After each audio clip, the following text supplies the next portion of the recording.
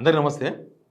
అధికారం రాకముందు వీళ్ళు మొత్తం బెల్ట్ షాపులు ఎత్తేస్తారేమో! అసలు మద్యం మీద ఈ గవర్నమెంట్‌కి ఏం పాలసీ ఉంటదో, ఆహ్, అసలు వీళ్ళకు చాలా ప్రజల మీద మంచి ఆలోచన ఉన్నట్టుంది. అట్లా మాట్లాడిండ్రు. ఇప్పుడేమంటున్నారు, ఇప్పుడు మద్యం షాపులే దిక్కు. మందు షాపులు. మందు షాపులే దిక్కు.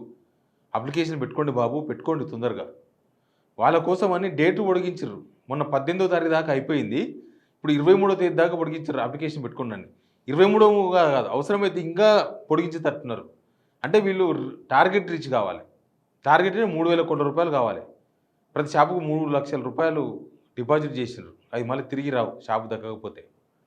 ఇంకా చాలా విచిత్రమైన విషయం ఏందంటే, పక్కపక్క రాష్ట్రాల్లో ఉండే వ్యాపారస్తులకు కూడా ఫోన్లు చేసి, అక్కడ లిక్కర్ వ్యాపారాలు చేసే వాళ్ళకి ఫోన్లు చేసి, రండి రండి మా తెలంగాణలో కొంచెం ఎయ్యండి, మీరు షాప్స్ వస్తాయి, మీరు షాపులు నడపండి, మద్యం షాపులు, మందు షాపులు నడపండి అని బతిమలాడుకున్నారు.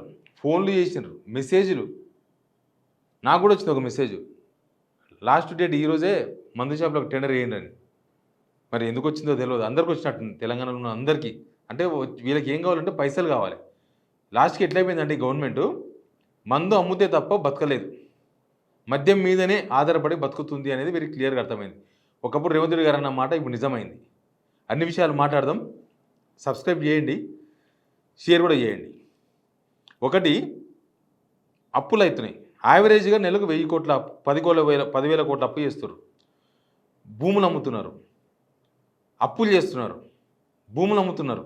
గవర్నమెంట్ ఇన్కమ్ గవర్నమెంట్‌కి వస్తుంది. అయినా సరే మందు తప్ప ఇంకా వేరే గవర్నమెంట్‌కి దిక్కులేదు. రియల్ ఎస్టేట్ పడిపోయింది. వేరే జీఎస్టీలు వస్తలేవు గవర్నమెంట్‌కు. సెంట్రల్ గవర్నమెంట్‌కి రావాల్సిన డబ్బులు అరకొర వస్తున్నాయి. ఇక మిగతా వ్యాట్లు గీట్లు మొత్తం తగ్గిపోయినాయి గవర్నమెంట్‌కు. ఇదొక్కటే ఫిక్స్డ్ అమౌంట్. గవర్నమెంట్‌ని బతికిస్తుంది ఇది ఒకటే. ఓన్లీ ఎక్సైజ్, ఓన్లీ మందు అమ్ముకోవాలి, బతకాలి. మందు మీదనే ఈ గవర్నమెంట్ బతుకుతుంది అనేది వెరీ క్లియర్‌గా అర్థమైంది. ఎందుకంటే దేనికి గవర్నమెంట్ మీద కాన్సన్ట్రేషన్ చూపదు. ఇంత పద్ధతిగా, ఇంత కాన్సన్ట్రేషన్‌గా డేట్లు పొడిగించి 18వ తారీఖు నాడు అయిపోతే లేదు లేదు ఇంకా డేట్ పెంచుతామని మళ్ళీ 23 దాకా పెంచి, 23 కూడా మళ్ళీ పెంచుతారంటున్నారు. మళ్ళీ 23 తర్వాత మళ్ళీ పెంచి, దీని యూరియా లైన్లు రైతులందరూ కూడా పొద్దుగాల లేచి యూరియాలో ఉంటేనేమో రైతులు యూరియా కోసం లైన్లో నిలబడితే వాళ్ళకు ఒక్కరు కూడా ధీమా ఇయ్యలేదు. మీకు ఇవాళ కాదు రేపు వస్తుంది, రేపు కాదు ఎల్లుండి వస్తుంది, మీకు యూరియా దొరుకుతుంది. వాళ్ళని పోలీసులు పెట్టి కొట్టించారు, పోలీసులతో కొట్టించారు, కేసులు పెట్టిండ్రు, లాఠీ చార్జీలు చేసినారు రైతుల మీద, అన్నీ చేసినారు యూరియా కోసం లైన్ నిలబడితే. కానీ ఇప్పుడు మాత్రం దీనికోసం మీ టైం అయిపోయినా సరే మీకు 5 కాదు 7 దాకా మీరు లైన్లో నిలబడి మీరు అప్లికేషన్ వేయండి అంటే ఈ గవర్నమెంట్కు వేరే ఇన్కమ్ పెంచుకునే అవకాశం, ఇన్కమ్ పెంచుకునే ఆలోచన ఏం లేదు. ఈ గవర్నమెంట్ వచ్చిన కొత్తలో బట్టి విక్రమార్క గారు చెప్పినారు, మాది కొత్తగా కాదు, 150 సంవత్సరాల చరిత్ర ఉంది మా పార్టీకి, ఎన్నో ప్రభుత్వాలు నడిపించడం, మేము ఇన్కమ్ పెంచుతాం, అందరికీ పంచుతాం అన్నారు. లాస్ట్కి ఎక్సైజ్ ఇన్కమ్ పెంచుకునే పనిలో ఉన్నారు. షాపులు తగ్గినాయంట, అందుకని తెగ ఫీల్ అవుతుంది. గవర్నమెంట్లో ఉన్న వాళ్ళు బాగా బాధపడుతున్నారు. ఏంటంటే మొత్తం తగ్గిపోయినాయి మందు షాపులు, మొత్తం 2,620. ఇప్పుడు నిజంగానే వీళ్ళకి చిత్తశుద్ధి ఉంటే, నిజంగానే తెలంగాణ మొత్తం తాగబోతు తెలంగాణ అవుతుంది అనే కన్సర్న్ ఉంటే షాపుల సంఖ్య తగ్గించాలి కదా. షాపులు 2 షాపులకు ఒక షాప్ చేస్తారా, 3 షాపులకు ఒక షాప్ చేస్తారా, తగ్గించాలి కదా. బెల్ట్ షాపులు ఉంచాం, బెల్ట్ షాపులు ఉపేక్షించేది లేదని చెప్పాలి కదా. అసలు బెల్ట్ షాపుల మీద వీళ్ళు ఏమైనా స్టేట్మెంట్ ఇచ్చిండ్రా? షాపులు 2,620 షాపులు అట్లే ఉన్నాయి. ఇప్పుడు 2 లక్షలు పోయి 3 లక్షల డిపాజిట్ తీసుకుంటున్నారు. వీళ్ళకి వచ్చిన అప్లికేషన్లు 60,000 అప్లికేషన్లే వచ్చినాయి ఇప్పటికీ.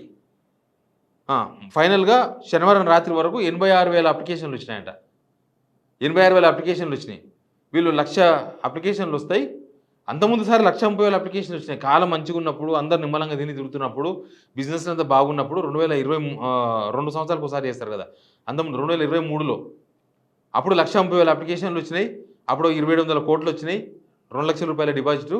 కానీ ఇప్పుడు మాత్రం 3 లక్షలు డిపాజిట్ చేసినారు. షాపులు తగ్గినా మా ఇన్కమ్ తగ్గొద్దు. షాపులు తగ్గినా అంటే అప్లికేషన్లు తగ్గిన, షాపులు అవే ఉంటాయి కానీ అప్లికేషన్లు, ఎందుకంటే వీళ్ళకి తెలుసు ఎవరు రాడు అని. ఇంకా ఎవరు ఇక మనకి ఇది తప్ప వేరే బిజినెస్ చేయలేమన్న వాళ్ళంతా ఇదే బిజినెస్ చేయాలనుకున్న వాళ్ళంతా ఫిక్స్ అయ్యి దీనికి అప్లికేషన్ పెడతారని. కానీ పక్క రాష్ట్ర పోలను కూడా అడుక్కొని బతిమలాడి నామినే వచ్చి అప్లికేషన్ పెట్టించారంటే దాన్ని ఏమనుకోవాలి. పక్క రాష్ట్రాలకు పోయి అక్కడ చర్చలు జరిపినట్ట. ఏపీకి పోయి ఏపీలో ఉండే మద్యం వ్యాపారులు ఉంటారు కదా, అక్కడ టెండర్ దక్కనోళ్ళు, లేకపోతే ఎప్పటి నుంచో మద్యం వ్యాపారాలు ఉన్నోళ్ళు వాళ్ళందరినీ మీటింగ్ పెట్టుకొని గెట్ టుగెదర్ పెట్టుకొని వాళ్ళందరూ కన్సల్ట్ అయ్యి వాళ్ళందరితో అప్లికేషన్లు ఇప్పించారంట ఇక్కడ. అయినా సరే వీళ్ళ టార్గెట్ రీచ్ అవుతలేరు. అంటే వీళ్ళ ఉద్దేశం జస్ట్ జనాల ఆరోగ్యంతోన వ్యాపారం చేయడమే. అంటే మీరు గవర్నమెంట్లోకి వస్తే తప్ప తెలియలేదు, మద్యం తప్ప వేరే దారి లేదు. గవర్నమెంట్ నడపాలంటే మద్యం మీద, మంది ఆరోగ్యం మీద నడపాలి. వీళ్ళు మంది ఆరోగ్యం పాడైపోయినా సరే మందు తాగి వీళ్ళకి ఇన్కమ్ కావాలి, వీళ్ళ జోలే నిండాలి.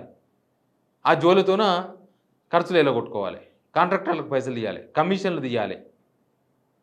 అసలు గవర్నమెంట్ రాకముందు చెప్పిన మాటలు ఇప్పటి మాటలకి ఏమన్నా పోలిక ఉందా?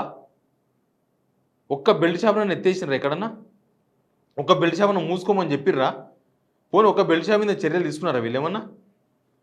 డ్రగ్స్ మీద ఉక్కుపాదం మోపుతారు. ఎందుకు తెలుసా? గవర్నమెంట్కి ఇన్కమ్ రాదు. డ్రగ్స్ అలవాటు పడితే మందు తాగరు వాళ్ళు, గుడుంబకు అలవాటు పడితే మందు తాగరు వాళ్ళు అవన్నీ ట్యాక్స్ కావు, గవర్నమెంట్కి డబ్బులు రావు. దానికోసం అని చెప్పి మద్యం మీద ఆధారపడి ఉన్నారు. మొన్న ఎవరో చెప్తున్నారు రేవంత్ రెడ్డి మందు తాగాడు, ఏం చేయడు, అసలు రేవంత్ రెడ్డి అది ఇది అని చెప్పారు. మరి ఆయన మాత్రం మందు తాగాడు, కానీ మంది పిల్లలు మాత్రం మందు తాగి పాడైపోవాలనా?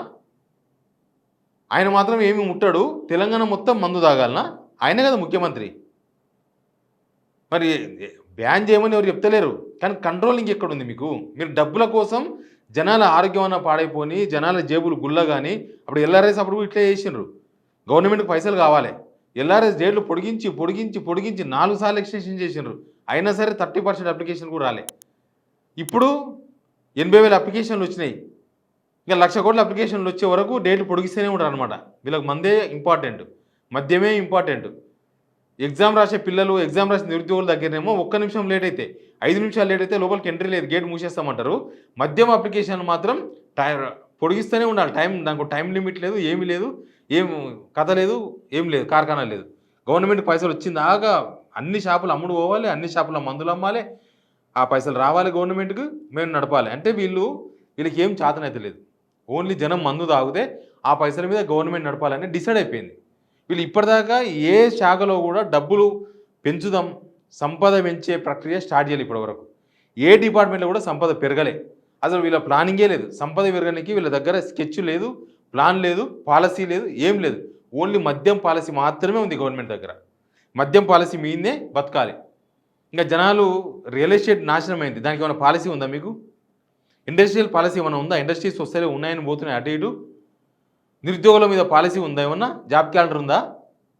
ఏమీ లేవు. ఓన్లీ మద్యం పాలసీ మాత్రమే ఉంది గవర్నమెంట్ దగ్గర, ఏకైక పాలసీ.